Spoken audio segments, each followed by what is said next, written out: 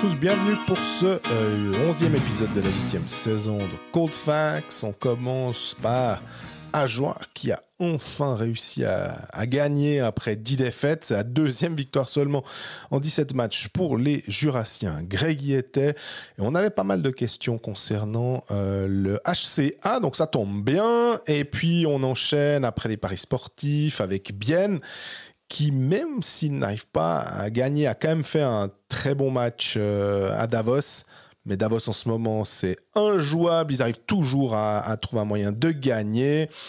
On remonte ensuite le classement des romans avec Genève, qui va pas si mal que ça et qui se retrouve à la 5e place à égalité de points avec Fribourg 4e. C'est justement le club avec lequel on enchaîne et qui a pu battre Zug 5-1 et qui s'est bien repris après la défaite 6-0 à Langnau.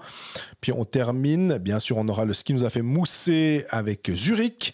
Et puis, qui va pas bien, 5 défaites, 7 si on compte la Champions League. Et puis, on termine avec le Lausanne Hockey Club, qui là aussi avait été battu 5-1 par Lugano samedi et qui s'est repris en battant Rapperswil 2-1 après prolongation, un but de Sami Nikou.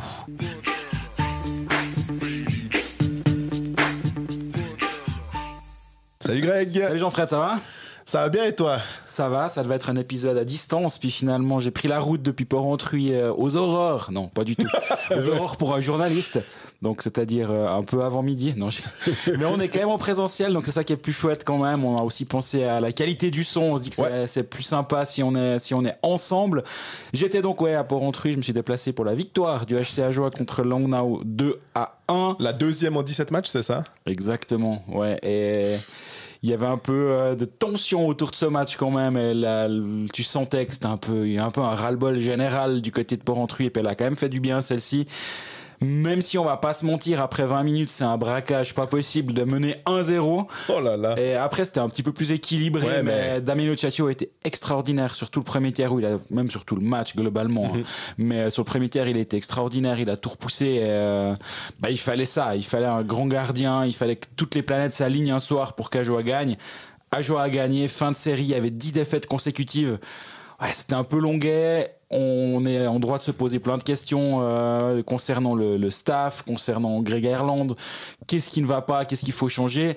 Là, ça permet d'avoir peut-être un jour un peu plus tranquille du côté de Porrentruy. Ouais, je trouve que tu as bien résumé la situation. Un jour un petit peu plus tranquille ou bien après un match, en attendant le prochain, que ça calme un peu. Mais tu regardes le classement, ça reste 8 points. Ambry à quoi ? 16 ? Il y a 8 points de retard sur Ambry. Ouais. Puis ça semble être... Je sais pas, ça semble être un truc insurmontable, un Everest. Parce que 8 points après 17 matchs, ça, c'est fou. Et on a alors, assez étonnamment, on a pas mal de questions. On y reviendra après sur Ajoie. Il y a plein de thématiques, et notamment sur la place aussi d'Ajoie en National League. Mais est-ce que tu n'as pas été surpris au début de voir Gauthier, si je dis pas de bêtises, centre avec Turkulainen sur son aile et Nettinen de l'autre côté ? Ouais, c'était une surprise. Effectivement, c'était... l'absence de Bellemare fait aussi que ça change 2-3 choses dans l'alignement. Greg Ireland tente des trucs, au moins on peut pas lui dire qu'il ne tente rien. Eisen a aussi joué, alors qu'il y a eu des moments où il était placé surnuméraire. Donc il y a un petit peu de changement, mais moi surtout ce que j'aime bien quand même, c'est de se passer de Freeman, qui apporte pas suffisamment... qui apporte pas ce qu'un étranger devrait apporter à un club comme Ajoie, tellement ils sont importants dans cette équipe, parce justement ils doivent compenser peut-être un talent suisse un peu moindre. Tu dois avoir 6 étrangers dominants. Et Freeman n'est pas un étranger dominant. Donc, Ajoie ne joue qu'avec 6 défenseurs. C'est quand même... C'est la NHL, vous savez. Ouais, c'est vraiment ça. Ne joue qu'avec 6 défenseurs, dont un Onka qui est de nouveau extraordinaire. Je l'ai de nouveau trouvé flamboyant dans ce match. Il a une capacité à prendre la bonne décision quand il est en transition, tout le temps juste. Et c'est la formule 1-5, je pense que c'est la bonne formule pour le HC Ajoie. Mm-hmm. Maintenant, à un moment donné, il va quand même falloir que Kevin Fay ou Thomas Thierry reviennent au jeu pour amener un petit peu de profondeur en défense, parce que là, c'est quand même un peu compliqué. Tu dois pousser, tu dois tirer sur certains défenseurs comme un Nussbaumer, qui est quand même un petit peu limité. Hein. Il montre ses limites. Par contre, à l'inverse, Jonas Bertou commence gentiment, mais sûrement, agrandir dans cette équipe du HCA, je trouve. Il jouait avec Onka, tout est plus facile quand tu joues avec Onka, mais il était mis dans des moments délicats, en fin de match, il était sur la glace, et quand tu connais son parcours, c'est un joueur qui a fait toutes ses classes en Swiss League, qui est arrivé sur le tard, qui a sa première chance tardivement en National League. C'est la belle histoire du côté d'Ajoie, donc il faut aussi s'accrocher à certaines choses positives si on fait le bilan, on va dire, de ce début de saison d'Ajoie. Je voulais potentiellement te demander, est-ce qu'on prend la question plus précise sur le powerplay à Joulot, ou est-ce qu'on prend une question plus générique ? Allez, précis. C'est Thomas Fueg qui nous dit bonjour, petite question concernant le powerplay à Joulot. J'ai du mal à comprendre pourquoi le HCA ne cherche pas à reproduire son incroyable jeu de puissance de l'an passé alors que tous les joueurs sont là. Tourcoing ne va plus derrière la cage alors que c'était la clé du PP l'an dernier. Pourquoi chercher à faire différemment ? Hâte d'entendre votre réponse et belle journée à vous. Je précise que c'était lundi, donc avant la victoire. Bon, déjà, il n'y a pas Bellemare, ça change quand même beaucoup la donne. Il doit un petit peu réinventer son powerplay. Turkulainen qui revient tardivement de blessure, faut pas négliger une telle absence, l'impact que ça a sur lui, donc forcément ça change 2-3 choses, et le powerplay d'Ajoie a dû exister sans Turkulainen, donc il a dû mettre des choses en place. Greg Harland, sans avoir un playmaker derrière la cage comme il le faisait si bien l'année passée, je suis d'accord avec Thomas. Par contre, là c'est la bonne nouvelle, le powerplay contre Langnau était pas bon, on va pas se mentir. Il y a eu ce but à 5 contre 3. Oui. Au passage, Luca Boltzhauser a de quoi être un tout petit peu agacé parce qu'il se prend une pénalité pour avoir fait dépasser la cage en toute fin de match. La même cage qui est également déplacée sans qu'il y ait un très grand coup de... Et là, tu dis, est-ce que là, vu que tu l'as mis à Boltzhauser à la mi-match, est-ce que tu dois pas la mettre à Tchatcho là aussi ? Enfin bref, Boltzhauser a un petit peu gueulé d'ailleurs à ce moment-là.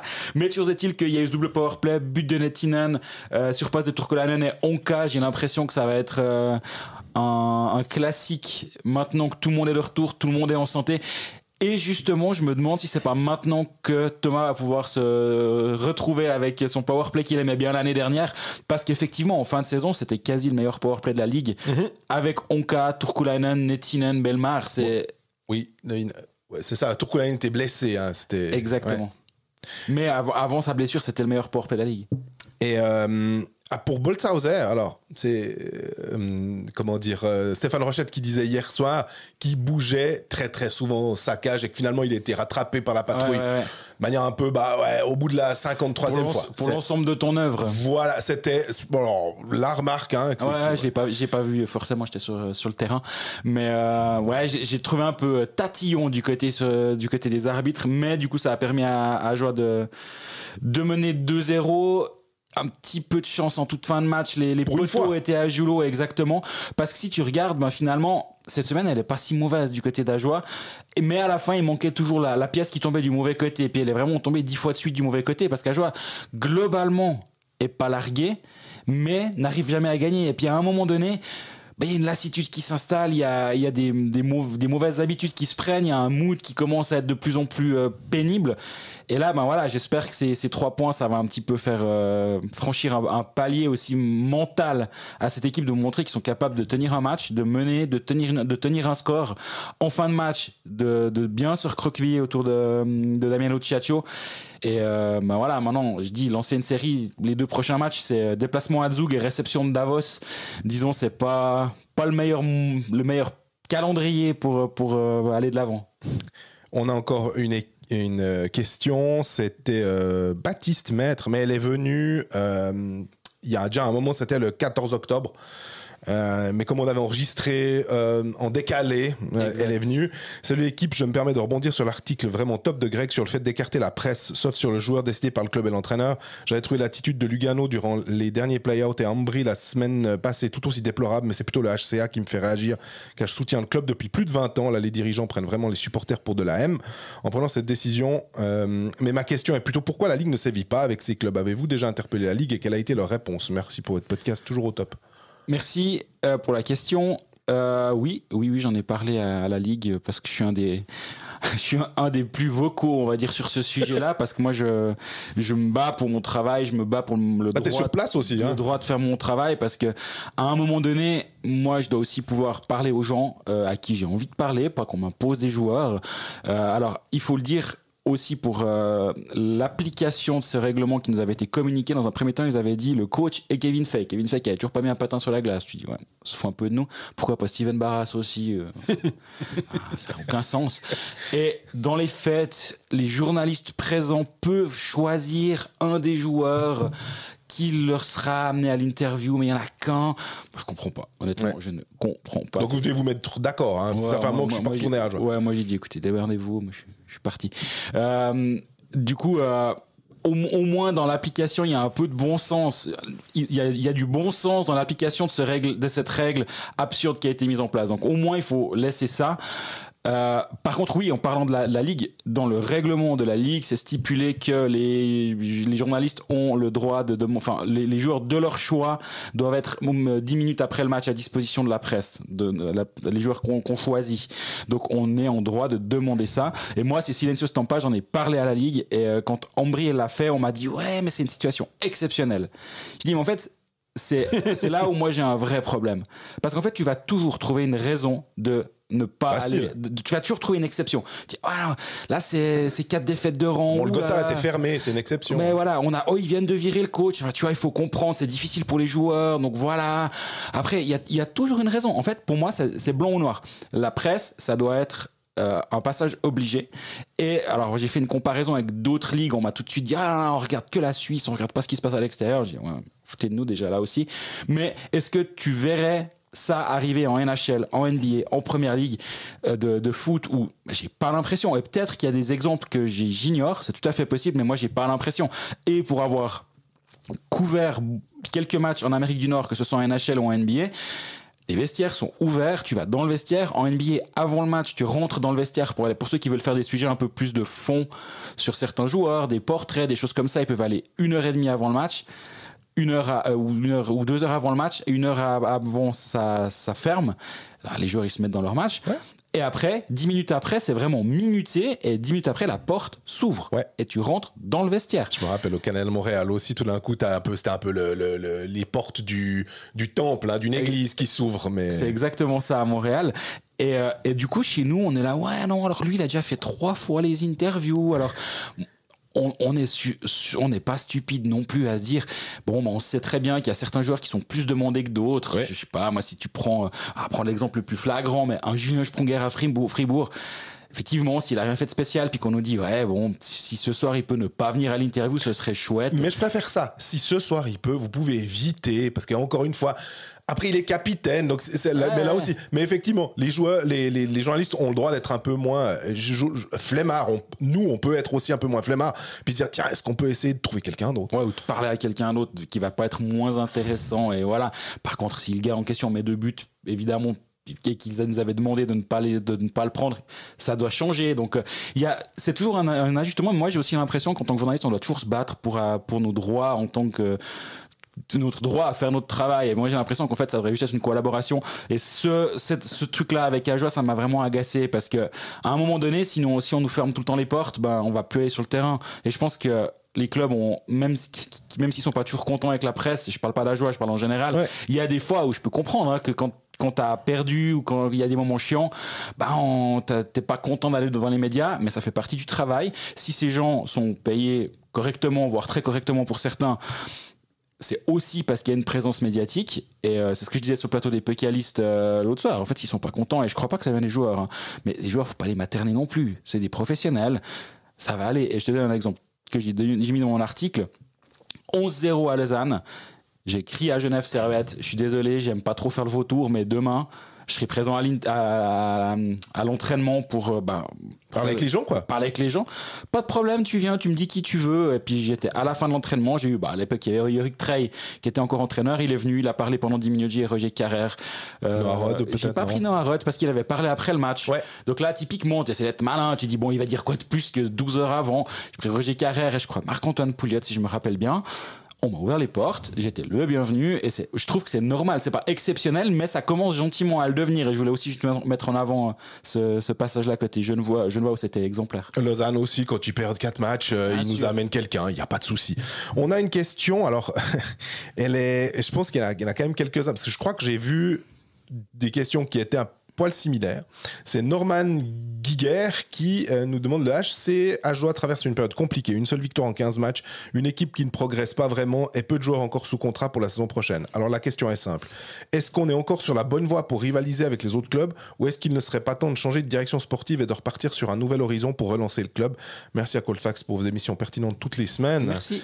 Mais j'ai l'impression que on en parle depuis, depuis l'ascension en National League et le passage à 14 clubs. Et est-ce que on doit redescendre à 12? Moi, j'étais favorable à une Ligue à 12.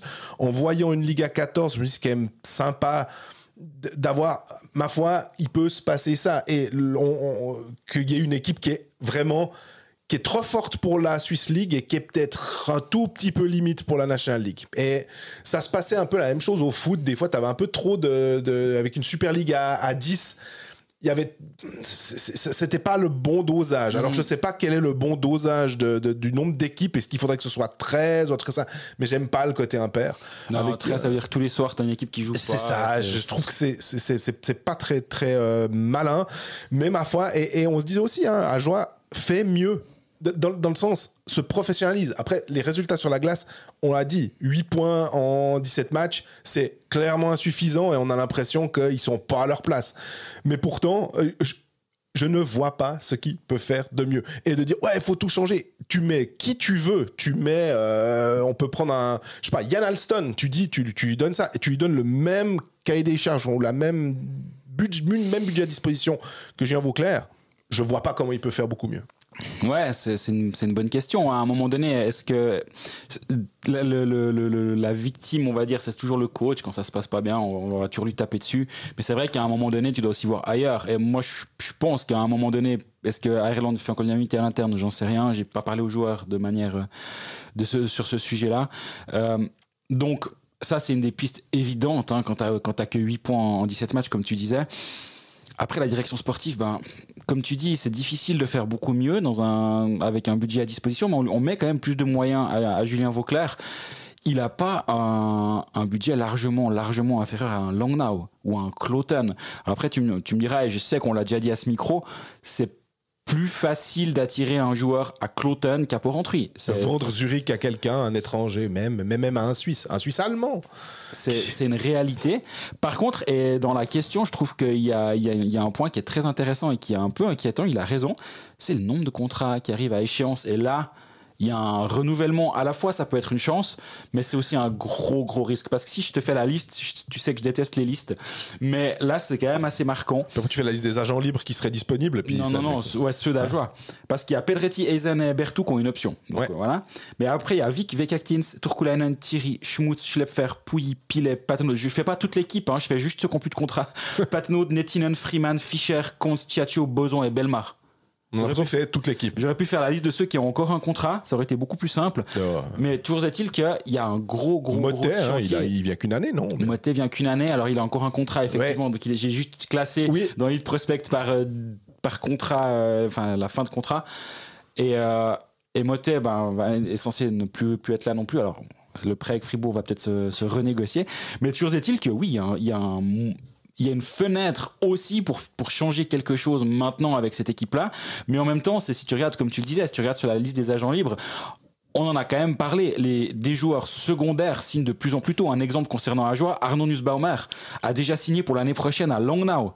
Arnaud Nussbaumer, je ne veux pas manquer de respect à ce joueur qui est un joueur correct. S'il fait une Dario Rohrbach, ça.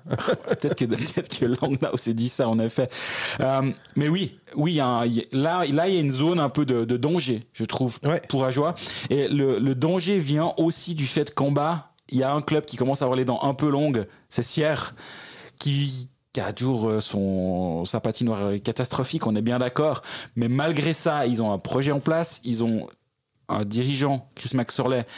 Disons, quand je parle de dents longues, il incarne assez bien ça. Donc là, il me semble qu'il y a un moment où il y a une sorte de tournant pour le HC Ajoie. Soit tu continues de regarder vers le haut, mais comment faire? Est-ce qu'il faut plus d'argent? Peut-être, mais comment...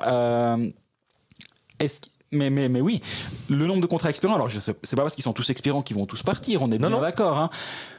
Mais là, il y a du boulot et je sais pas à quel point Julien Vauclair arrivera à faire mieux lui, en tant que directeur sportif, est-ce qu'il fait pas un bon boulot? Nous, il me semble que d'année en année, on dit qu'Ajoie fait un tout petit peu mieux, mais le problème, c'est que Ajoie augmente un petit peu le niveau, mais le niveau global de la ligue monte aussi. Donc finalement, s'ils font 2 pas en avant, puis que le reste de la ligue fait 3 pas en avant, bah, tu prends encore de toute façon un petit peu de retard. Et il est là le danger finalement. Et ce qui est dommage, c'est que moi vraiment, au début de saison, je pensais qu'Ajoie n'allait pas terminer dernier. Ouais.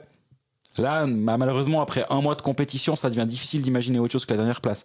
Donc oui, moi, depuis la promotion d'Ajoie, c'est un peu le premier moment où je suis un tout petit peu inquiet aussi, pour avoir parlé avec pas mal de gens avant et après le match du côté de Porrentruy. D'ailleurs, je salue toutes les personnes que j'ai rencontrées en marge de ce match contre Langnau.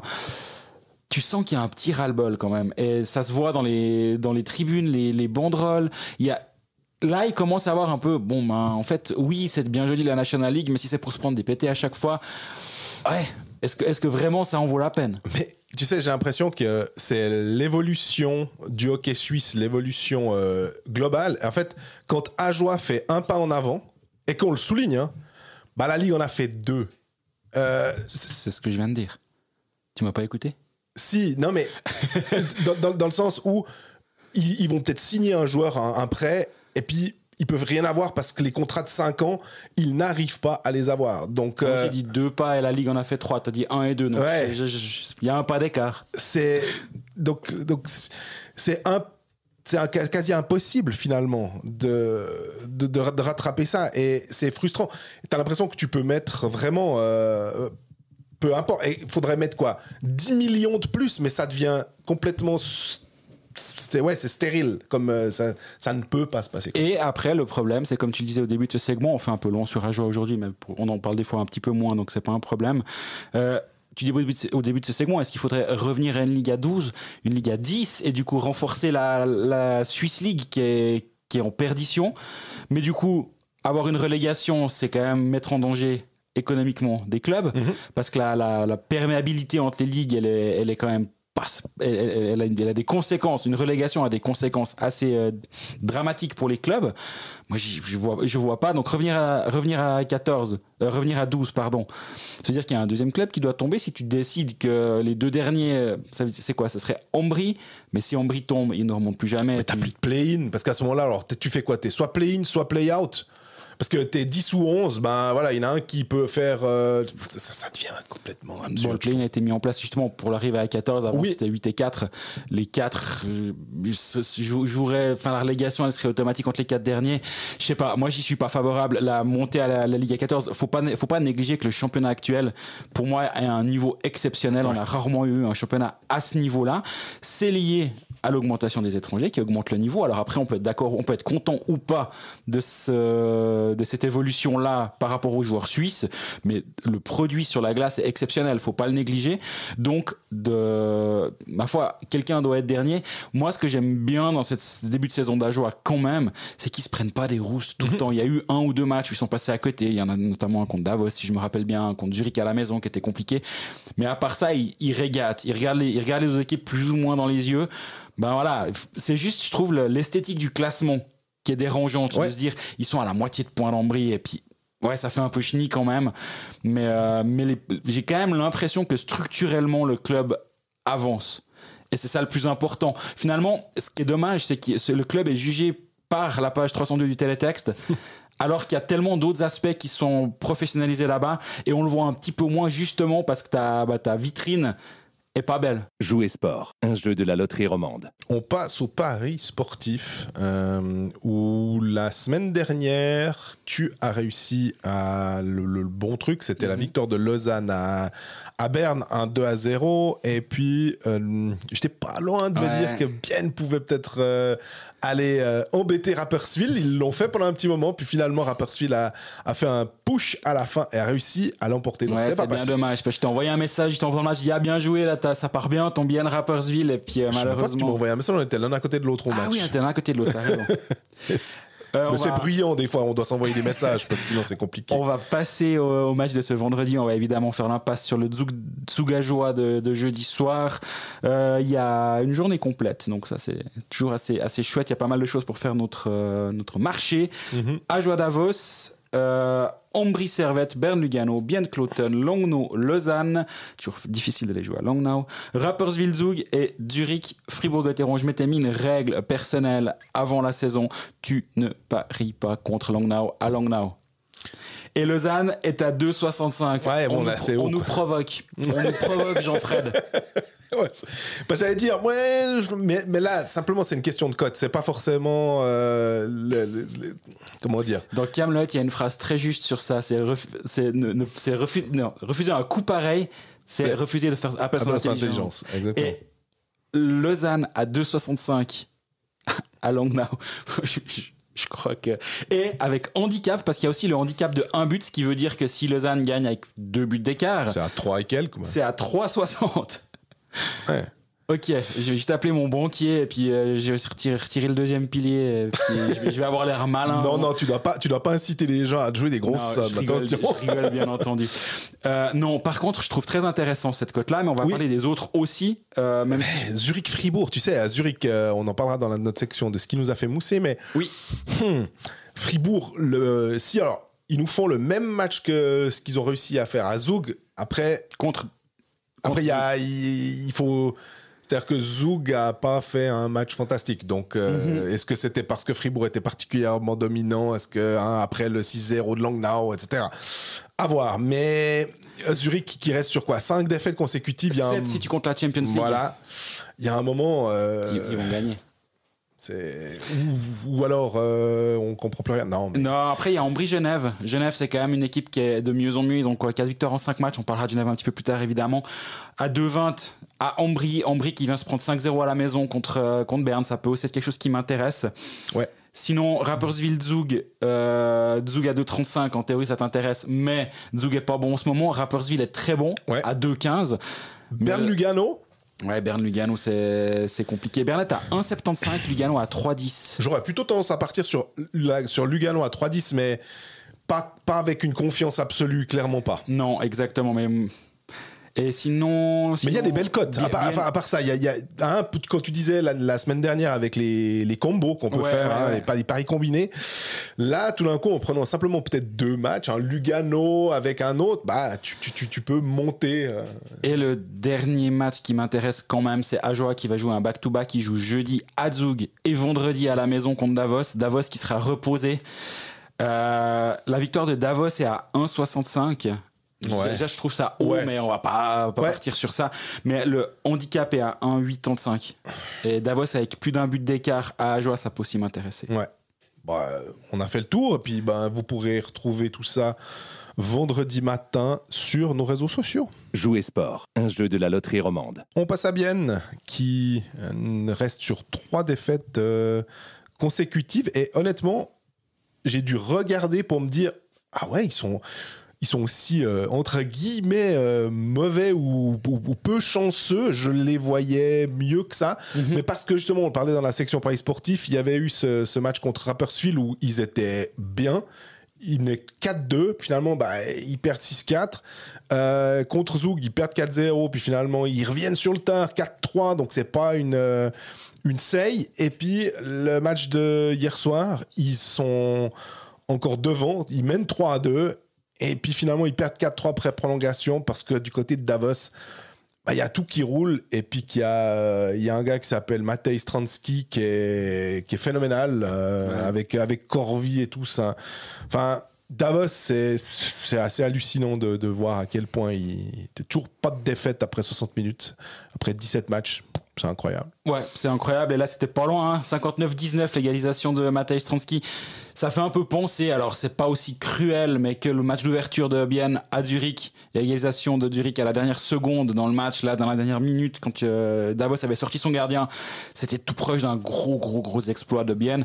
Et finalement, ces 3 matchs, 3 défaites depuis le dernier épisode ne changent absolument rien à ce que je pense de cette équipe de Bienne. Dans le sens où, contre Rapperswil, le match est globalement solide. À la fin, ils font un petit peu n'importe quoi, mais sur 50 ils font 50 très bonnes minutes contre Rapperswil. Zug, 2 tiers assez moyens, et ils sont passés à côté pendant 2 tiers, mais ils sont revenus en toute fin de match pour faire il y a quand même un peu de suspense. Ma foi, voilà, mais c'était pas un bon match à Zug. Et là, Davos, hyper solide. Ouais. Ce que j'en ai vu, je l'avais un moment en deuxième écran, le match pareil. Davos-Bienne. Parce qu'il était un peu décalé en plus. Exactement, on adore ça.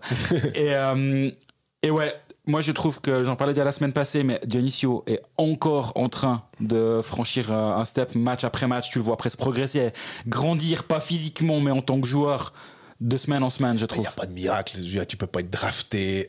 Les scouts, ils ont quand même vu quelque chose.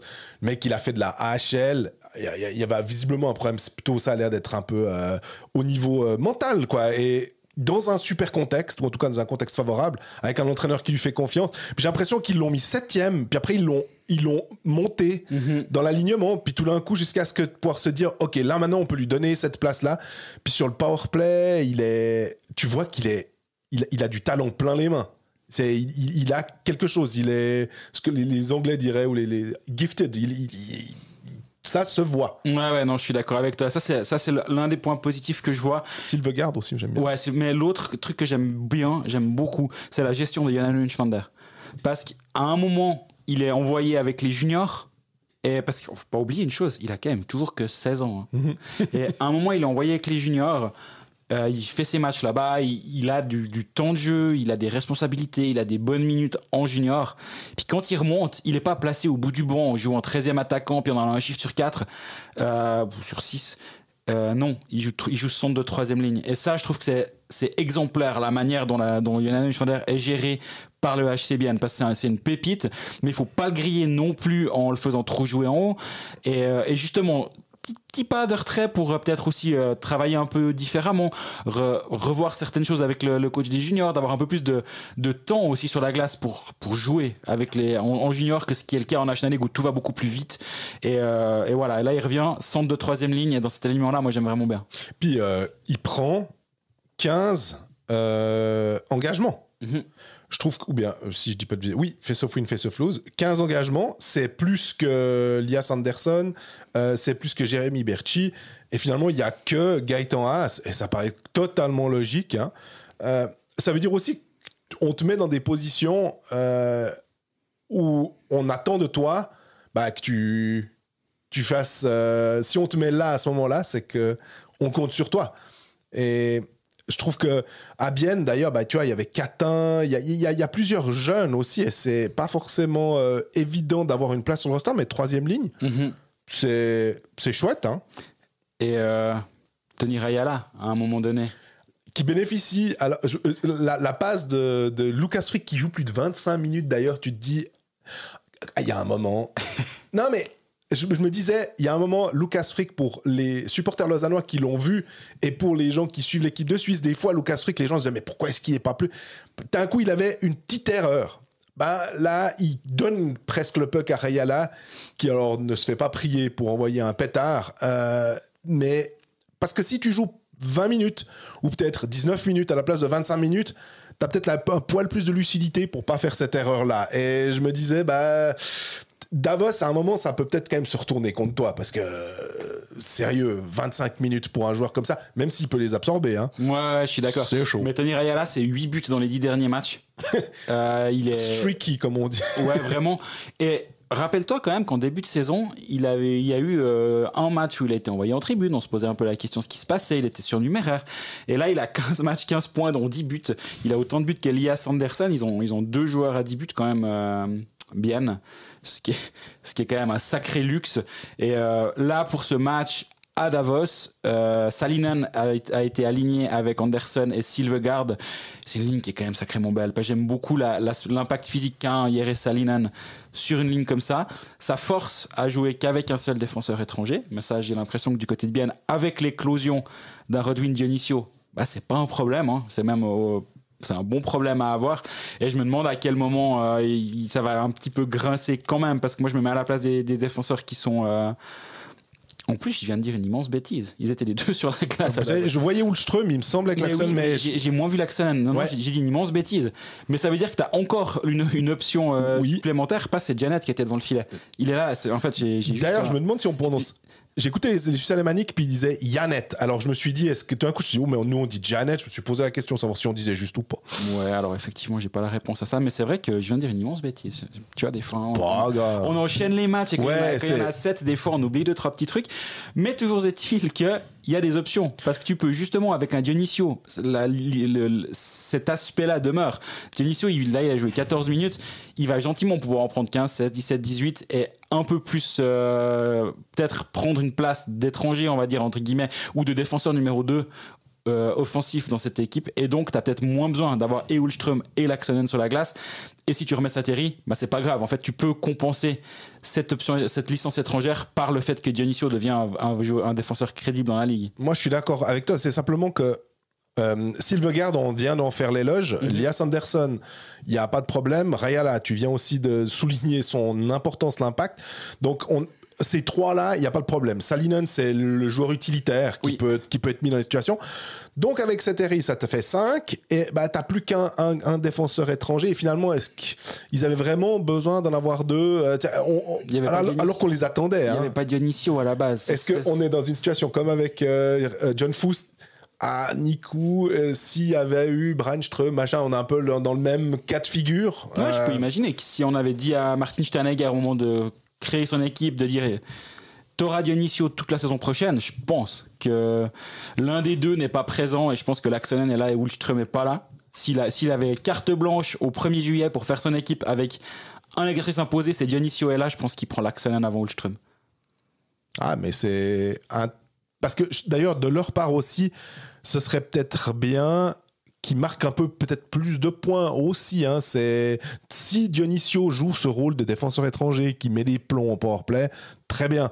Mais on sait, même si on veut regarder les matchs dans, on va dire, un peu plus large, hein, pas seulement s'arrêter sur les points, on sait très bien que de toute façon, même les GM, même tout le monde va regarder et puis se dire, ce serait quand même bien que le défenseur étranger qu'on paye un peu, soit un peu plus présent au tableau d'affichage. C'est simplement ça. Voilà pourquoi Silvegaard, Andersson et Rayala, on se dit c'est bien de ce qu'ils arrivent à produire. Sur les 10 derniers matchs, donc ça intègre ou ça inclut ces 3 défaites, mais ça inclut aussi la bonne phase d'avant, ce 10 derniers matchs. Bien, c'est la 3e meilleure équipe de la ligue en termes de expected goal, donc but escompté, et c'est la meilleure équipe de la ligue en expected goals against, donc les chances de but concédées à l'adversaire. Donc défensivement, ça tient bien la route. Mais offensivement, ça tousse un tout petit peu plus en ce moment, mais l'arrière-garde est vraiment bien en place actuellement. Et comme tu dis, il faudrait qu'il y ait un poil plus d'allant offensif de temps en temps, ça aiderait bien. Ce qui va être très intéressant, je pense, avec Bienne, c'est la suite du calendrier, parce que là maintenant, justement, on vient de dire qu'ils ont eu 3 défaites de rang, dont une à Zug et une à Davos aussi, donc faut pas non plus, c'est un calendrier qui est pas simple, mais 3 des 4 prochains matchs sont à domicile. Ouais. Et c'est Cloton à la maison, un déplacement à Genève samedi soir, et après c'est réception de Lausanne et de Berne. Alors oui, c'est des matchs à la maison, mais Lausanne et Berne, c'est pas des adversaires forcément faciles, même si Berne, tu sais jamais sur quoi tu vas tomber. Ça va dans une boîte de chocolat. Ouais, c'est vraiment ça. Mais voilà, 3 matchs à la maison sur les 4 prochains. C'est vraiment l'occasion de faire un petit peu de se démarquer un petit peu, de plus regarder derrière et faire un peu un recoller sur le top 6, parce que d'alterner les petites séries positives et négatives, ça va pas permettre à Bienne de remonter et de viser ce top 6. Donc là, il y a une petite fenêtre qui est en train de s'ouvrir.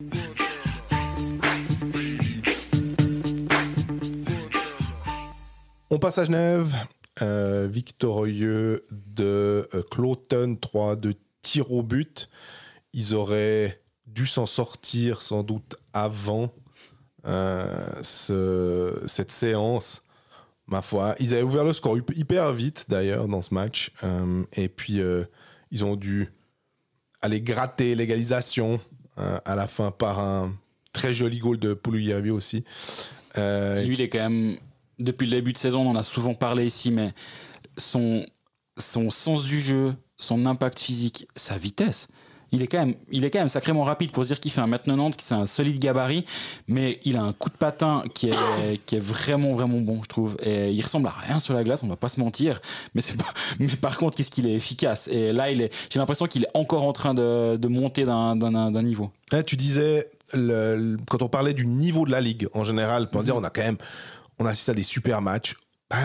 quand tu as des Pulujärvi, quand tu as des Tatars, même s'il n'est pas autant, peut-être pas aussi fun pour l'instant que Pulujärvi, quand on voit aussi ce qui se passe à Lausanne avec un Caggiula, il y a quand même pas mal de choses intéressantes dans cette ligue avec des attaquants étrangers qui sont...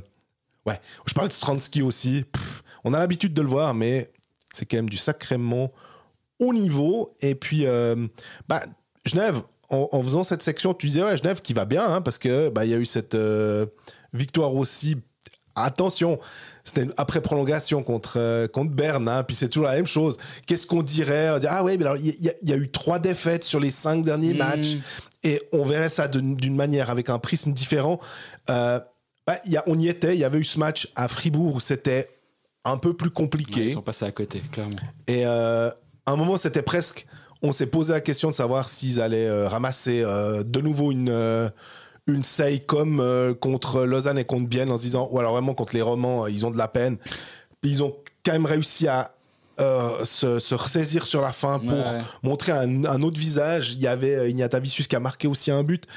Et c'est intéressant d'avoir ce jeune. On en avait déjà parlé, donc on va pas forcément refaire un segment sur lui, mais de voir qu'il continue à être mis sur une ligne intéressante, et donc il peut produire quelque chose.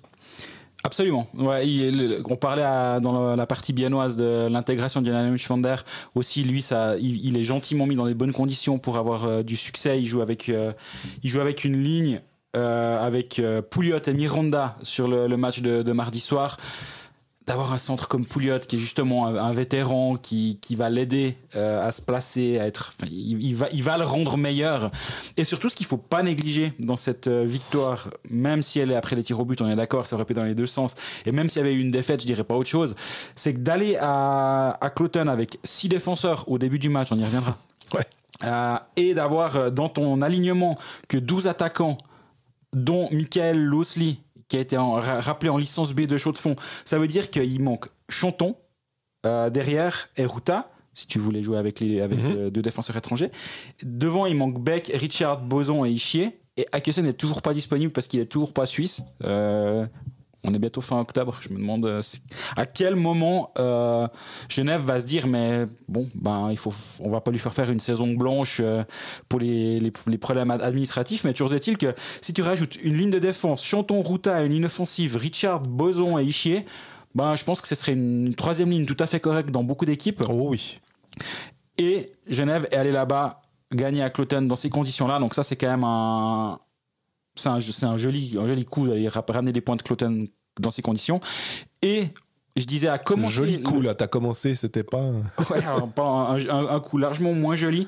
C'est Tim Berni qui a été exclu, qui a pris une pénalité de match pour un coup revanchard sur Harrison Luc Schreiber. Je pense que c'est la première fois qu'on parle de Harrison Luc Schreiber, alors on en profite dans ce podcast. Schreiber qui a un contact avec Sari Hervy dans le coin. Je pense qu'il n'y a pas grand-chose à dire. Berni arrive derrière. C'est impressionnant, disons. Ouais, non, tout à fait. Berni arrive derrière, il est à 1 mètre de la bande, il lui met la canne sur les omoplates, il l'envoie contre la bande. 5e match complètement justifié, ouverture d'une enquête complètement justifiée. Honnêtement, c'est une horreur. Ce qu'il a fait là, c'est vraiment pas, c'est vraiment horrible. Et surtout, tu peux pas mettre ça sous le compte de l'accident, le geste un peu impulsif au milieu d'une action de jeu. Non, là il vient, il voit derrière, il sait ce qu'il va faire, il lui fout la canne. Malheureusement, ça doit être puni. Moi, j'espère que ça sera puni quand même. Pas de me tape sur les doigts et puis t'as congé vendredi soir. J'aimerais qu'il y ait un poil plus. Je suis pas en train de dire qu'il doit manquer 25 matchs, j'en suis pas là non plus. Non. Mais je trouve que ça vaut plus que un match qu'on pourrait imaginer. Ouais, alors je serais... Allez, de toute façon, je vais faire faux, mais entre 3 et 5, je trouve que ce serait quelque chose... Parce que j'aime pas... Tu t'as résumé ça. Il sait très bien ce qu'il va faire. Il peut pas dire alors j'avais pas vu qu'il était aussi près de la bande puis que sa tête allait pouvoir frapper. Non, tu fais pas ça. Et en plus tu pénalises ton équipe. Tu disais ils viennent à 6, tu dois finir à 5 ou tu dois décaler un attaquant pour finalement avoir un truc cohérent. Tu mets la pression sur Charlin, sur tes gardiens. Ouais. D'ailleurs, en parlant des gardiens, est-ce que Robert Mayer, ça fait un petit moment qu'il a plus rejoué, il me semble. Hein. Ou en tout cas, quand il joue. En tout cas, je l'ai vu jouer à Bienne le début du match. Il avait été titularisé à Bienne. Je me demande s'il a rejoué depuis. Attends, j'ai un tout petit. Je vais contrôler. Ouais, il n'y a pas de problème. On n'est pas comme ça. On a le temps. Et non, il a pas mis les patins, effectivement. Sur les 5 derniers matchs, c'est chaque fois Charlin il m'a semblé. Je peux comprendre d'ailleurs que tu as investi en Charlin et tout, mais comme tu as 2 gardiens quand même d'assez bonne valeur, est-ce qu'à un moment, Robert Mayer va dire bon, vous êtes gentil, je suis pas un jeune qu'il faut. Où le vétéran est inamovible devant. Ouais, bah après il a 83-8, alors il a pas été aidé. Hein. Il était sous Treille peut-être où il jouait plus avant que Peltonen reprenne et que ça se remette un peu en place. Ça, mais c'est vrai que quand on engage un Charlin, je trouve que c'est aussi logique de donner du rythme à Charlin qui a aussi eu un début de saison assez compliqué. Puis il y a Longna où il était habitué à jouer, à pas faire une alternance avec Boltzhauser, même s'il lui donnait des matchs bien sûr, mais moi, je comprends l'idée de dire bon voilà, il est gentiment en train de se mettre dans le rythme chez nous. Bah, on va lui laisser encore un. Je suis désolé, je suis en train de revoir la charge de Bernie et je comprends toujours pas ce qu'il a voulu faire. Il faut pas revoir parce que sinon après tu vas revoir des trucs puis tu vas dire ah non, 12 matchs. Ça... Non. Et ouais, non, je pense que c'est complètement logique aussi de le mettre dans le groove qu'il a pas depuis le début de saison, Stéphane Charlin. Donc, je pense effectivement que Mayer doit être un petit peu mécontent, mais voilà, il a aussi pas donné envie à son staff d'être plus sur la glace, de le mettre plus sur la glace. Et en parlant de staff, justement, la nouvelle qui est sortie, on s'y attendait un tout petit peu, hein, mais elle est sortie lundi. Le coaching staff en place, donc à savoir les 3 assistants de Treille qui sont toujours encore à bord depuis le licenciement de Treille, sont maintenus jusqu'en fin de saison, voire plus si affinité. En gros, ils sont tout à fait ouverts à garder ce staff pour l'après avec Sam Alam. Et finalement, ça rejoint ce que je disais il y a 2 semaines quand on n'avait pas encore de décision définitive sur Peltonen ou pas, est-ce qu'il serait maintenu ou pas. Je dis, mais est-ce qu'on n'est pas en train de voir du côté de Genève s'ils sont en train de... Enfin, si on aimerait faire comme à Fribourg, à savoir mettre le staff de Alam en place avec Alam un peu en éminence grise à l'étranger qui gère comme l'a fait Rönnberg avec Fribourg et avec Lars Eulenberger. Et si les 3 sont les assistants de Alam l'année prochaine, ça fait totalement sens. Ouais, d'ailleurs, je trouve que Rönnberg, c'était problématique parce qu'il avait son daily business, il était tous les jours avec Frölunda. Là, Sam Alam, même si c'est super important, les Jeux Olympiques et le championnat du monde, maintenant, s'il a envie de regarder 2-3 matchs de Servette puis de faire 2-3 commentaires, ça me semble pas être totalement incompatible avec son job. Autre chose que je voulais voir avec toi, c'était la prolongation de contrat de Josh Joris de 3 ans. Moi, ça m'a semblé être long. Parce que il est de 90, donc il a 35 ans, il aura 36 l'année prochaine.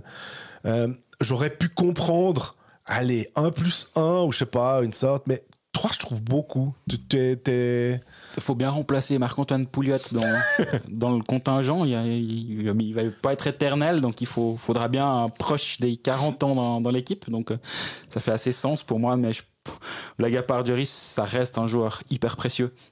Là, il joue centre de 2e ligne par la force des choses. Je pense que Genève doit aussi trouver il pensait que ce serait Tyler Beck. Là, il est blessé, mais en plus, je l'ai pas trouvé bon depuis le début de la saison. Les fois où il a joué, après le pauvre, il était sorti quasi pour les grandes occasions. Il était à Lausanne pour le 11-0. Il était à Bienne pour le 8-0. Si tu regardes les matchs de Tyler Beck depuis le début de saison, franchement, le gars, il doit se dire qu'il est maudit, le pauvre, parce qu'il a joué 4 matchs. Et il y a une victoire quand même. Je crois qu'il a joué à Zurich, si je suis en train de reprendre son... Il prend 11-0, 5-1 contre Lugano, 8-0 contre Bienne. Et au milieu, il y a une victoire à Zurich, 4-2. Mais c'est tout. Et lui, il doit vraiment se dire que son début de saison est compliqué collectivement, mais individuellement aussi. Le chat noir. Mais du coup, Josh Joris joue centre de 2e ligne et il fait vraiment bien le job. C'est un joueur qui me semble être un joueur qui va bien vieillir. Ouais, ça c'est la question. Au niveau de son jeu, alors oui, c'est un joueur physique, mais j'ai vraiment ce sentiment-là parce qu'il a une vraie intelligence de jeu, il a un bon sens du placement, il est toujours juste, Josh Joris. Et moi, je pense que il va toujours faire les choses pour être pour se préserver, pour s'économiser, dans le bon sens du terme. Il joue pas à l'économie, mais il sait s'écouter vraiment. Il sait écouter son corps. Et moi, je suis sûr que s'il lui donne 3 ans, c'est qu'ils sont convaincus que ça va bien se passer. Après, est-ce que 2+1 ça aurait été mieux? Probablement. Mais à un moment, dans une négociation, le club dit, moi, j'aimerais donner 2+1. Puis Jarvis, il dit peut-être, je sais pas, moi, il y a un autre club qui me donne 3. Est-ce que vous mettez 3 ou pas, ou vous mettez pas 3? Est-ce que le salaire est dégressif? Est-ce que la 3e année est moins chère? J'imagine, mais j'ai pas vu son contrat. Donc ça, c'est deux éléments qu'on n'a pas en main et c'est un peu plus difficile d'en parler, mais j'entends que 35 ans, 36 en juillet l'année prochaine, on se dit il aura 39 ans à la fin de son contrat. C'est presque un peu beaucoup. Ça, je l'entends totalement. Mais alors moi, ce que j'entends dans ce que tu dis et ce qui peut peut-être avoir fait pencher la balance et finalement avoir à déboucher sur ce contrat-là, c'est qu'il y avait d'autres équipes qui étaient intéressées. S'il n'y a pas autant d'intérêt que ça, peut-être que le joueur a moins de levier dans cette négociation. Mais 3 ans, peut-être qu'effectivement, quelqu'un était là. Écoute, nous, on a envie de garder Joris, donc on fait cette concession-là parce que sinon, il part ailleurs et on se dit qu'il peut peut-être être utile à une autre équipe. J'ai aucune idée de son salaire et je spécule pas là-dessus.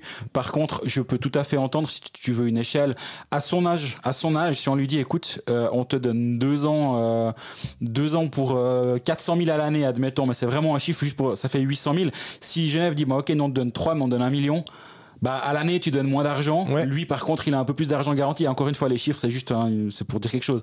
Il a plus d'argent garanti. Donc, en fait, est-ce que sa dernière année, il préférera pas gagner encore un petit peu d'argent et continuer de jouer une dernière saison, quitte à gagner un peu moins les 2 premières, mais gagner une année de plus. Et dans la négociation, je pense que c'est aussi ce qu'a voulu faire Marc Gauthier en donnant 3 ans à Djacharis. En parlant de négociation, on n'a quand même toujours pas de point de chute pour Tyler Moy ou en tout cas et Sandro Schmidt, de savoir si simplement ils restent dans leur club respectif, à savoir Rapperswil et Fribourg, ou est-ce qu'ils vont partir. C'est assez étonnant aussi de voir que ça se décidait tellement plus tôt. La pause équipe nationale arrive bientôt, donc peut-être qu'on en saura plus. C'est vrai que ces deux cas sont intéressants. Après, je suis pas sûr que la section Genève soit tout indiquée pour en parler, mais je doute que Genève soit intéressée par ces deux joueurs. Je sais pas si les Genevois s'attendaient à un retour de Tyler Moy. Je pense pas, honnêtement. Je pense pas, et je pense pas du tout qu'ils sont sur Schmidt.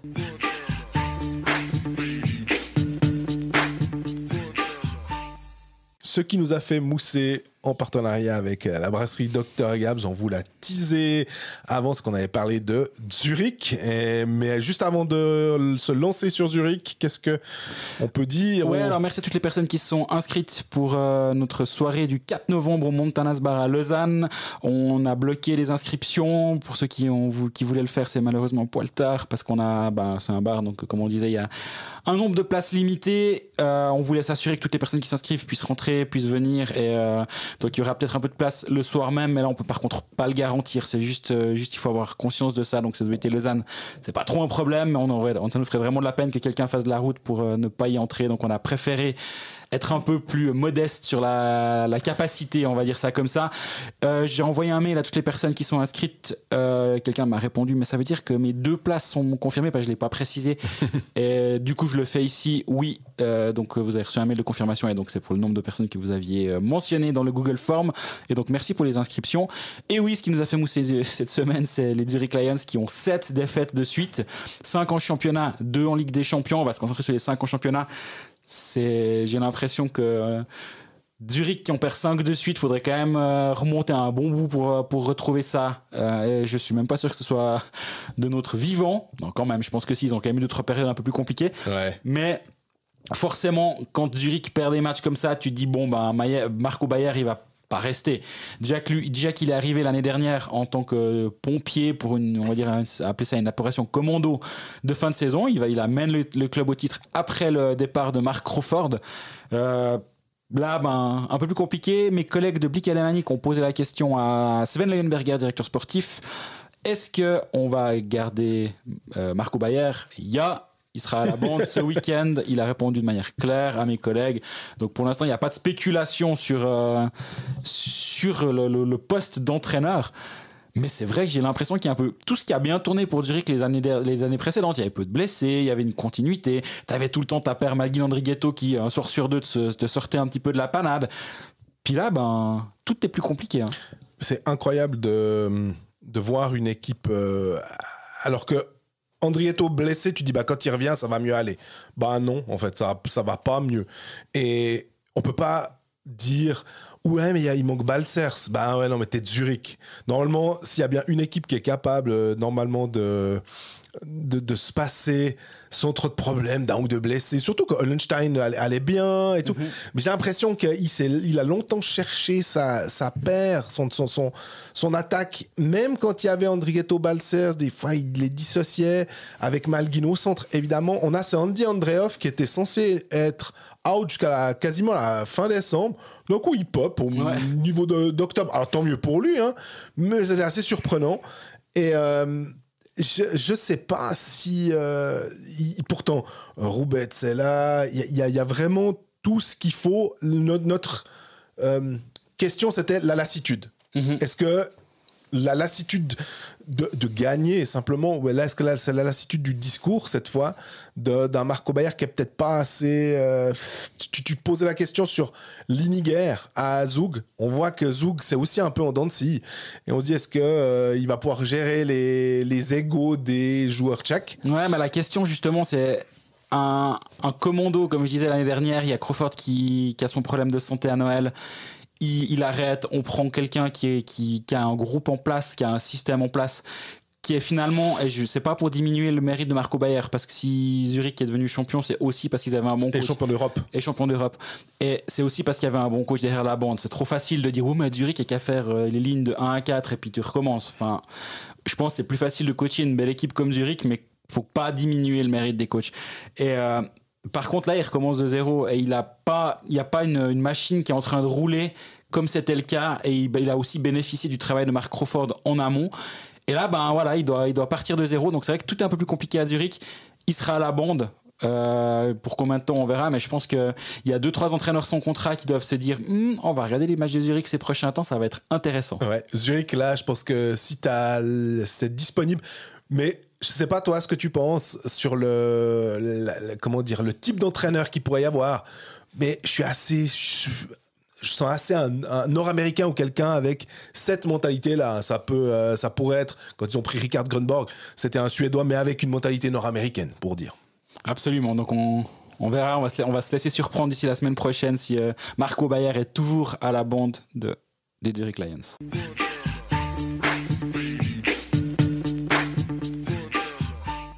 Si nous passions à Fribourg-Gotteron, qui, alors, nous a fait du chenille pas possible à Langnau, une défaite 6-0. J'arrive pas encore à me dire que Langnau a pu gagner un match 6-0 contre ce Fribourg-là, mais c'est bien ce qui s'est passé dans le mental.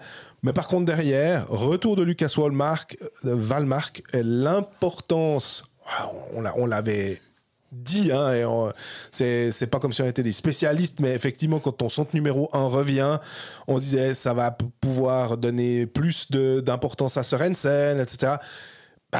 Ça a donné 5-1 contre Zug et une victoire sans aucun problème. Je sais pas si c'est un match référence dans la mesure où Zug est décevant, mais c'est une très très belle victoire de Fribourg que je pense que Roger Rönnberg devait être vraiment satisfait, puisqu'on l'avait vu après le 6-2, on disait ouais, il y a des trucs qui m'ont moins plu. Mais... Ouais, il était assez agacé à Langnau après le match et presque...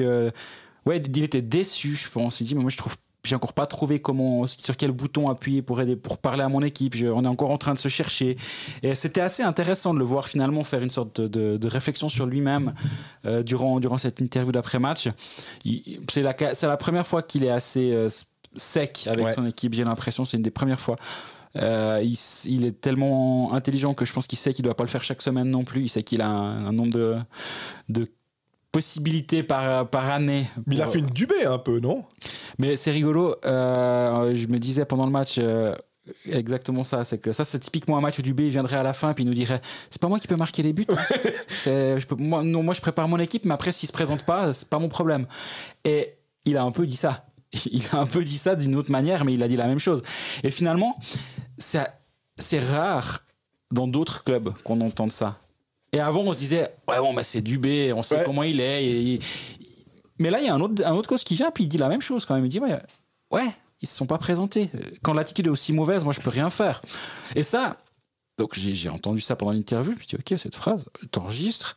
Je l'ai réécouté, puis je dis, ouais, il a vraiment dit ces mots comme ça. Enfin, c'est pas une traduction, c'est une traduction, évidemment, mais c'est pas une interprétation. Non. Il a vraiment dit. Puis s'il le dit, c'est qu'il sait que ça doit sortir, hein, parce que c'est quelqu'un qui est suffisamment malin médiatiquement pour faire passer ses messages et savoir ceux qu'il veut faire passer. Par contre, alors on a parlé que de ça. Pour l'instant, oublions pas que la veille, c'est un tout gros match contre Genève. Il n'avait pas été hyper bon, mais tout gros match. Et surtout, finalement, ce qui est intéressant dans cette victoire de mardi soir contre Zug, c'est la réaction. Ok, t'as le droit de passer à côté d'un match. Ça peut arriver. Il y avait 3-0 après 3 minutes ou 4 minutes à Langnau. C'était un peu perdu. Voilà. Derrière, grosse réaction, match solide défensivement surtout. Je trouve que le bloc a été très bon dans la transition défensive et c'était exemplaire. Il y avait une 12, 13, 14 shoots, quelque chose comme ça pour Zug à 10 minutes de la fin du match quand c'était plié. Tu dis ouais, ils les ont complètement éteints et ça j'ai trouvé impressionnant. Et Fribourg à la maison, c'est la deuxième meilleure équipe du championnat avec 2,33 points par match. Et voilà, ça reste une des forces de Fribourg. Ça l'a pas été, ça l'était il y a 3 ans et 2 ans, je crois. L'année dernière, c'était un peu plus compliqué à domicile, si ma mémoire est bonne. Mm-hmm. Et là, ça redevient un peu la forteresse, on va dire ça comme ça. Mais ce que je disais la semaine passée, par contre, c'est que Fribourg reste la meilleure équipe en termes d'expected goal depuis le début de la saison. Ouais. Et ça, c'est quand même, finalement, offensivement, c'est une des équipes qui produit le plus. Et défensivement, c'est une des équipes qui concède le moins.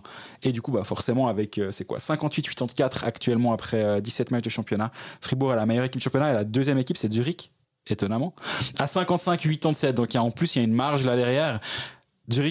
Fribourg fait, pour moi, un excellent début de saison, malgré le fait qu'ils ont moins de points que certaines autres équipes qui ont peut-être un peu tendance à surperformer depuis le début de saison. Je regardais très à l'est de la Suisse en disant ça, que ce soit du côté de Rapperswil ou du côté de Davos.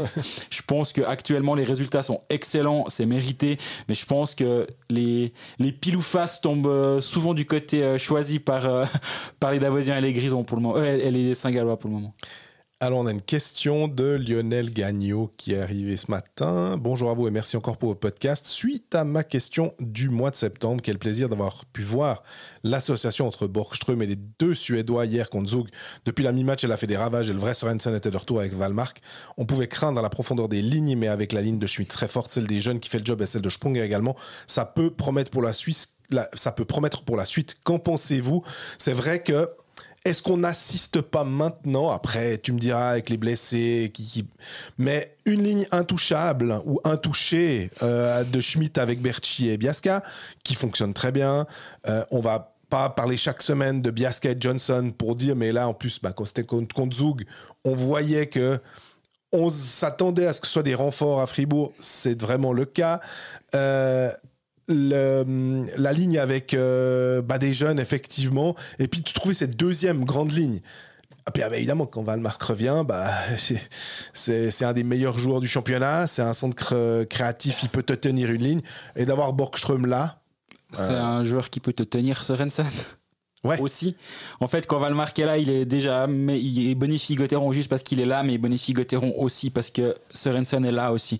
Il est vraiment là. Il est pas, les derniers matchs, c'était vraiment courant alternatif. Quand il avait envie ou quand il était bien luné, il faisait des matchs corrects et quand il était mal luné, il faut aller voir son match à Langnau où c'était une catastrophe du début à la fin. Honnêtement, vient pas.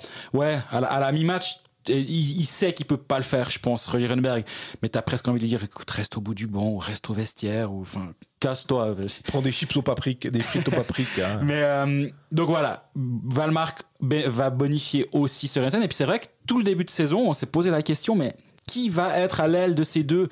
Et l'idée de mettre Borgström en 3e ligne avec Delarose et Sprunger, c'était justement pour avoir 3 lignes un peu meilleures, 3 lignes fortes offensivement et une 4e où tu as peut-être des jeunes qui, avec Dort qui est quand même de retour maintenant.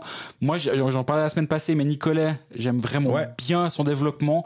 Dort fait du bon boulot aussi maintenant qu'il est de retour. Puis quand t'as Valzer, ça.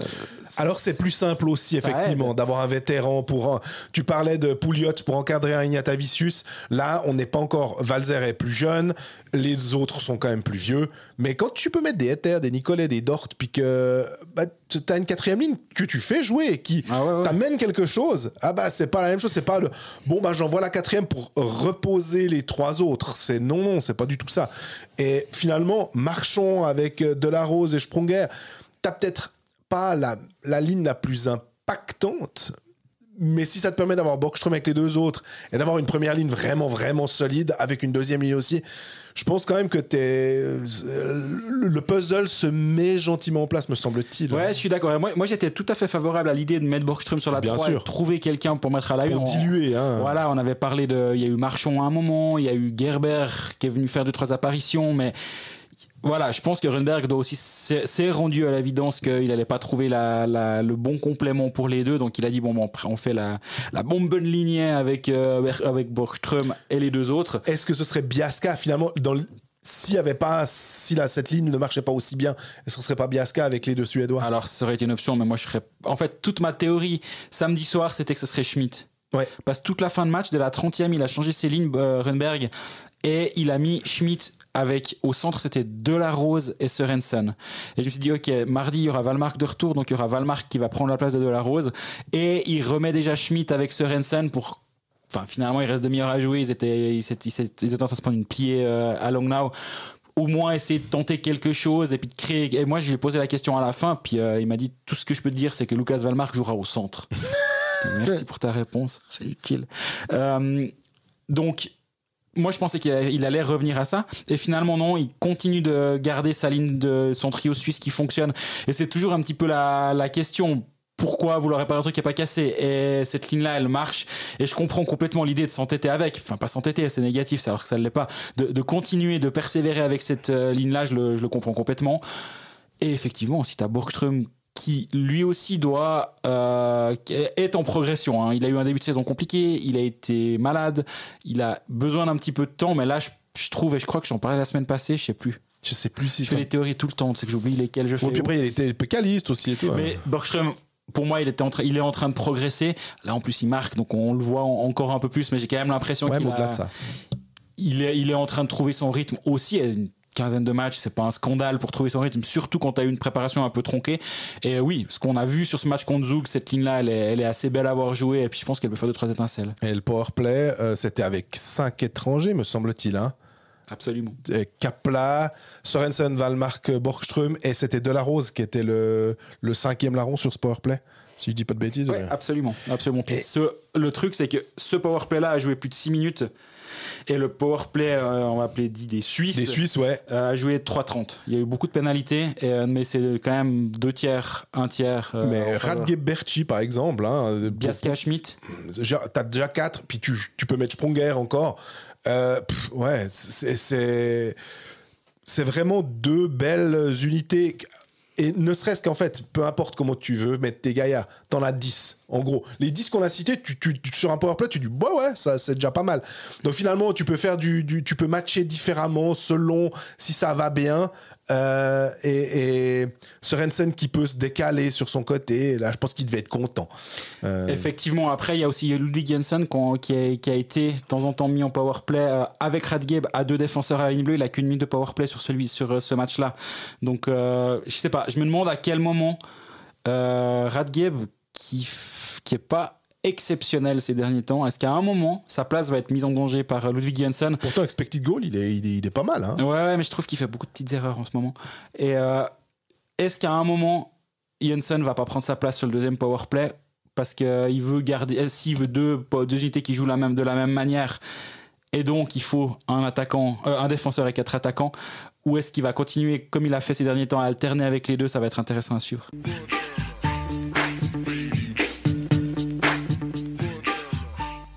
On termine cet épisode avec le Lausanne Hockey Club qui, après avoir été battu de manière assez étonnante quand même, 5-1 à domicile par Lugano, et a réussi à battre Rapperswil. Alors, c'est pas 3 points, c'est 2. Plus les 3 de vendredi à Berne aussi, donc ça fait une semaine à 5 points. Oui. C'est complètement OK. C'est comme tu disais, hein, tout dépend. Si on prend l'ensemble, peu importe de savoir si t'es à domicile ou à l'extérieur. Mais Lausanne, c'était aussi, je pense, de la même manière que Fribourg, de peut-être se redonner un peu de consistance défensivement, parce qu'on l'avait noté, c'est pas que Lausanne était tout d'un coup à se prendre des pétés comme j'aime, mais c'était plus aléatoire, on va dire. Les gardiens faisaient peut-être moins... la pièce tombait moins souvent du bon côté pour Lausanne. Et le match contre Appersuil était relativement solide, il faut quand même le dire. Il y a eu pas mal de poteaux, avec un tout petit peu plus de chance, un tout petit peu plus de réussite, et un Niffler un petit peu moins bon. Sans doute que Lausanne se repartait avec la totalité de l'enjeu sur ce match. Et il manque toujours Eldner et Baragano. Quand on demande à... Je savais que tu allais parler de ça, t'as raison. À Ward, après le match contre Genève, donc c'était dimanche, il y a 2 semaines maintenant, puis qu'on lui dit quand est-ce qu'ils reviennent, je pense que ce week-end ça ira. Non, ils sont toujours pas là. Et ça veut dire que là aussi, on parlait de... Genève qui a joué à 6 défenseurs, on parlait d'Ajoie qui a joué à 6 défenseurs, c'est presque une récurrence maintenant. On avait Lausanne aussi qui a joué à 6 défenseurs sur ce match. Moins étonnant avec un Ward qui est un entraîneur, on va dire, à la NHL, ou en tout cas nord-américain.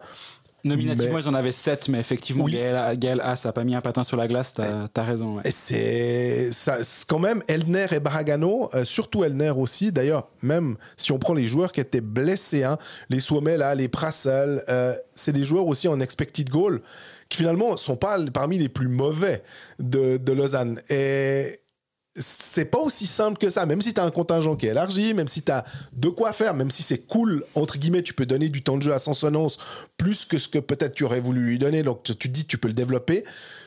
Là, de prendre qu'un seul goal contre Rapperswil, c'est quand même positif aussi pour Lausanne. Oui, c'est positif, et comme tu dis, les défenseurs ont dû un petit peu, certains ont dû tirer la langue en fin de match. Bon, celui qui a marqué Nikou, je pense qu'il était content de sa fin de match. Mais c'est 27 minutes 28 de glace pour Sami Nikou. C'est trop. Ouais, et c'est 27 minutes 48 de glace pour Eric Brenström. Et depuis quelques temps, on dit Lausanne est dans une phase où il joue énormément de matchs, où il y a c'est 3 par semaine, il y a des back-to-back. Et je pense que d'avoir 2 défenseurs à 27 minutes... évidemment, faut pas écouter un podcast de hockey pour savoir que c'est trop, que ça ne va pas. Et là, il y a une prolongation, tu me diras, mais oui. La prolongation a duré 3 minutes. C'était pas un match qui s'est fini à minuit et demi avec une triple prolongation.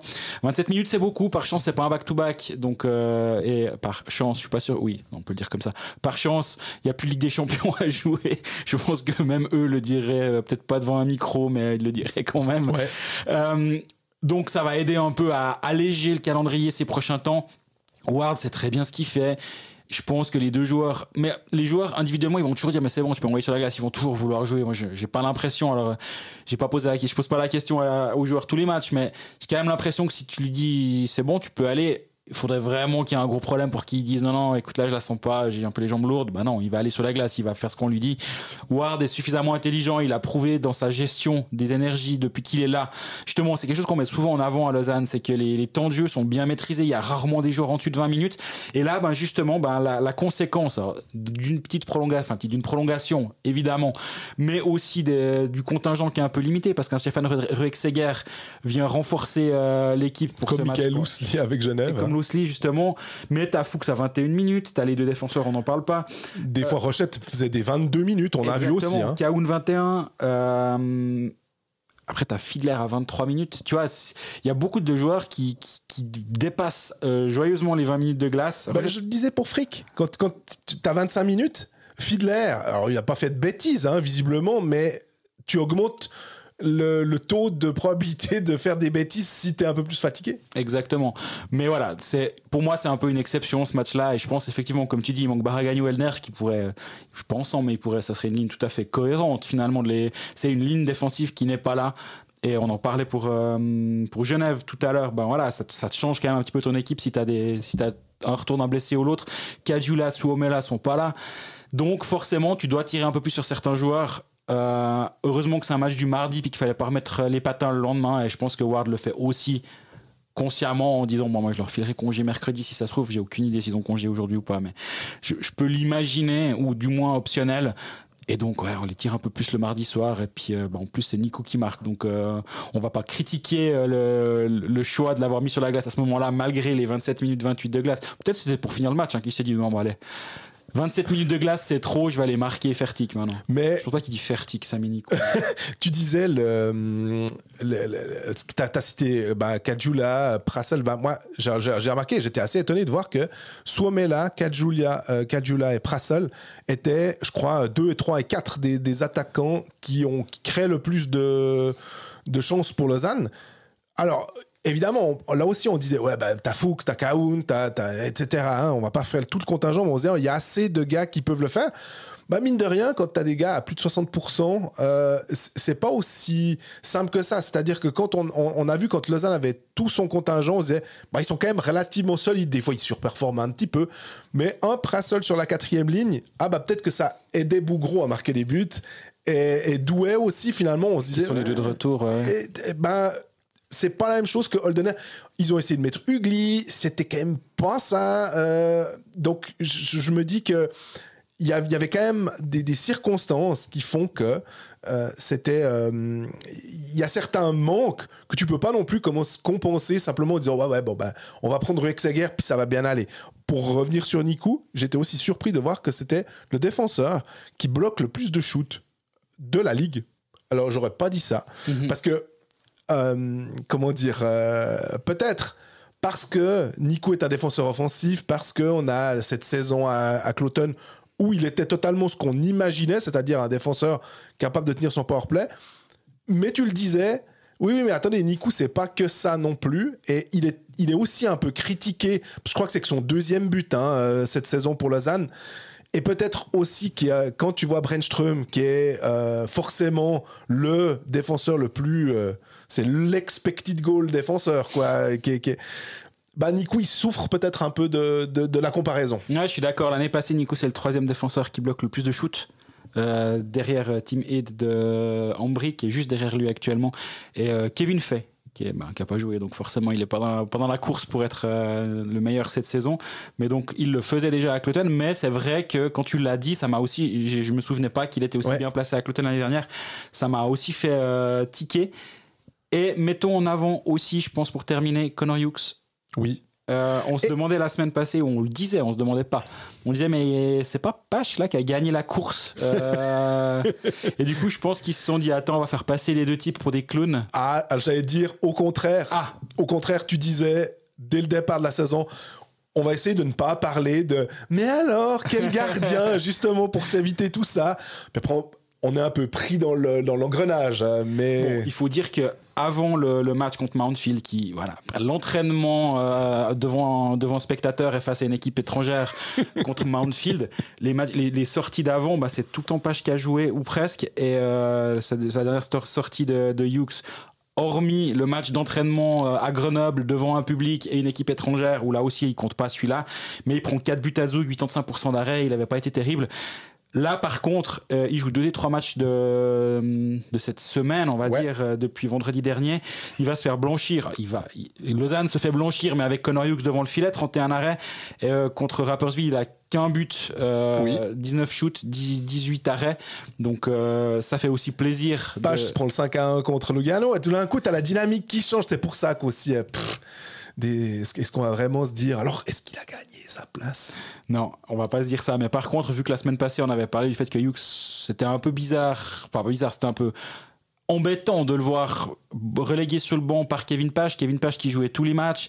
Tu dis mais est-ce qu'il y a un souci, est-ce qu'il est en méforme, est-ce qu'on a toujours dit par contre concernant Connor Hughes, c'est qu'il lui faudrait un peu de temps pour se réadapter au patinoire, et on le dit tout le temps pour les joueurs, mais on le dit jamais pour les gardiens, et vraiment pour en avoir parlé plusieurs fois avec des gardiens qui ont fait cette transition-là, c'est très très important, et c'est pas juste vraiment les pucks ils ont la même taille en NHL, non, tous les timings sont différents, et donc je suis pas surpris que son mauvais début de saison ne m'a pas surpris.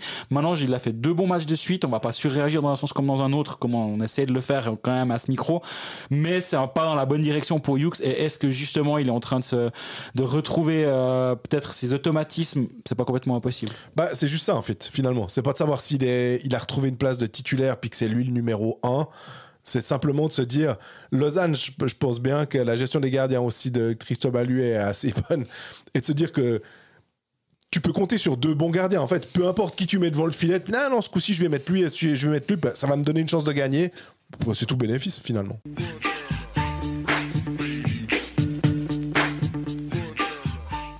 Et ben voilà, on est au terme de ce 11e épisode de la 8e saison de Cold Facts. Merci à tous pour votre fidélité, vos questions. On en a pris quelques-unes aujourd'hui. Certaines sont de côté, on les lit, on s'en inspire, comme je dis quasi à chaque fois. Donc n'hésitez pas à continuer. Si elle n'est pas prise, ça ne veut pas dire qu'on l'a bottée en touche. Ça nous aiguille aussi des fois sur des trucs qui peuvent vous intéresser. Donc merci beaucoup pour votre fidélité, votre réactivité sur les réseaux. On est présent un peu partout, sur Twitter, sur Facebook, sur Instagram. Pour nous écouter sur Spotify, ça me semble être le moyen le plus simple pour ceux qui ont un abonnement, sinon il y a des pubs, c'est un peu chiant. Mais pour ceux qui ont un abonnement Spotify avec le moyen d'avoir une notification comme ça quand il est publié. Alors en général Jean-Fred fait ça de manière très précise à 17h le mercredi, mais si de temps en temps il y a un poil de retard, vous recevez un push, donc c'est pas perdu. Et sinon on est présent aussi sur YouTube, Apple Podcast, SoundCloud. Et voilà, pour ceux qui se sont inscrits pour le 4 novembre, on se réjouit de vous rencontrer à cette occasion. On est en train de parfaire notre line-up. Pour l'instant, on a une personne confirmée, j'attends d'autres. Les clubs sont un peu à me faire patienter, à nous faire patienter, parce que c'est la pause équipe nationale. Donc voilà, qui sera sélectionné, qui ne sera pas, qui aura envie de venir là, qui sera en vacances, voilà. C'est en discussion, mais on va de toute façon faire quelque chose de sympa, du moins on l'espère. Et à bientôt, bon week-end. À bientôt.